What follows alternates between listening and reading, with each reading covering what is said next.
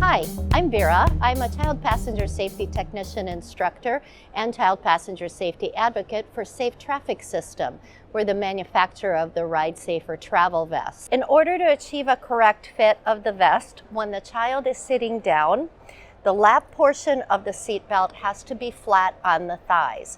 If the lap portion of the seatbelt is not sitting flat on the thighs, then the child's vest needs to be adjusted or a larger vest needs to be used. The shoulder belt needs to be able to go over the center of the collarbone. This shoulder belt guide does move up and down, so it will fit correctly. In order to adjust the length of the shoulder harness, the child needs to stand up, and then you can adjust from the very back. There is Velcro, and these are fully adjustable straps to make them longer and shorter. When the child is sitting down, it is permitted to have a gap between the child's shoulders and the top of the vest.